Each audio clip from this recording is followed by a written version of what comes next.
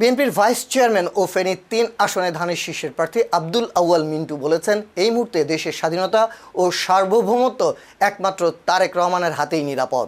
সোমবার ৯ ফেব্রুয়ারি সোনাগাজী সরকারি মোহাম্মদ সাবের model pilot উচ্চ বিদ্যালয় মাঠে নির্বাচনী জনসভায় তিনি এসব কথা বলেন। এ সময় মিন্টু আরও বলেন, দেশ পরিচালনায় তারেক রহমান ছাড়া আর কারো অভিজ্ঞতা নেই, তাই ১২ তারিখ নির্বাচন ঠিক করবে বাংলাদেশ কোন দিকে যাবে, অর্থনৈতিক সমৃদ্ধি নাকি মারামারি হানাহানির দিকে যাবে। তারেক রহমানকে ক্ষমতায় বসাতে পারলে দেশ সমৃদ্ধির দিকে এগিয়ে যাবে, উন্নয়ন হবে দলমত নির্বিশেষে।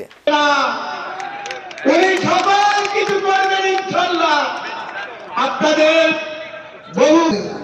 যে এই দেশকে পরিচালনা করতে হবে অভিজ্ঞতা সম্পন্ন ব্যক্তিদের দিয়ে, অভিজ্ঞতা সম্পন্ন দল নিয়ে। কারণ বাংলাদেশ যদি সঠিকভাবে পরিচালিত না হয় তাহলে আমাদের তরুণ জন্মের ভবিষ্যৎ অন্ধকার।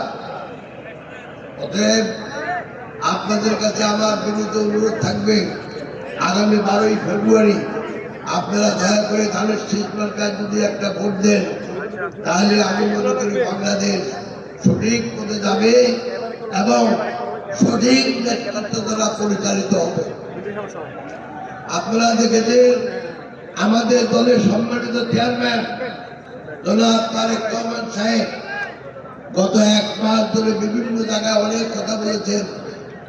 ওনার কথার মাধ্যমে প্রমাণিত যে তিনি বাংলাদেশে একমাত্র সঠিক পথে পরিচালিত করতে পারবেন ভবিষ্যতে।